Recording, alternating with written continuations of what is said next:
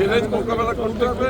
জনগণের যে আস্থা আমাদের উপর রেখেছে সেই আস্থাটা আমাদের মাথায় থাকবে। দেশ পরিচালনায় তোমরা আগামী সবকিছুতে অনেক বড় চ্যালেঞ্জ, সবকিছু মাথায় রেখে আমাদের আগামী এবং আমরা চাই যে ঐক্যবদ্ধভাবে দেশটাকে সামনের দিকে এগিয়ে নিয়ে যাওয়া থাকবেই। তাই না? সবকিছুর বিষয়ে চ্যালেঞ্জ আছে, অর্থনীতির বিষয়ে চ্যালেঞ্জ আছে, শিক্ষার বিষয়ে চ্যালেঞ্জ আছে, স্বাস্থ্যের বিষয়ে চ্যালেঞ্জ আছে, কর্মসংস্থানের চ্যালেঞ্জ আছে।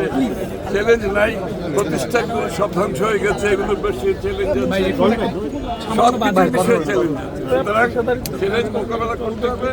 জনগণের যে আস্থা আমাদের উপর রেখেছে সেই আস্থাটা আমাদের মাথায় থাকবে এবং এটা অনেক বড় আস্থা রেখেছে এবং এটার প্রতি সম্মান রেখে আমরা কাজ করার চেষ্টা করি। বিরোধী দলের কাছে কেমন আচরণ প্রত্যাশা করে বিরোধী দল? গণতান্ত্রিক দেশে বিরোধী দল কিভাবে আচরণ করে সেটা তো গণতান্ত্রিক আচার আচরণ সবকিছুর মধ্যে লেখাপড়া আছে, যা সবকিছু বোঝাও আছে। একটা গণতান্ত্রিক দেশে বিরোধী দলের আচরণ কি হবে সেটা তো একটি গণতান্ত্রিক পরিবেশ বজায় রাখার জন্য, সেটা তো সবার জানা, সেটা নতুন করে বলা হচ্ছে।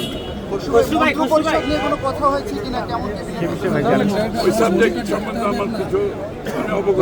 আপনি কোনটা পাচ্ছেন ভাই? আপনি কোনটা পাচ্ছেন? আমি মন্ত্রণালয় সম্বন্ধে কিছুই অবগত নই।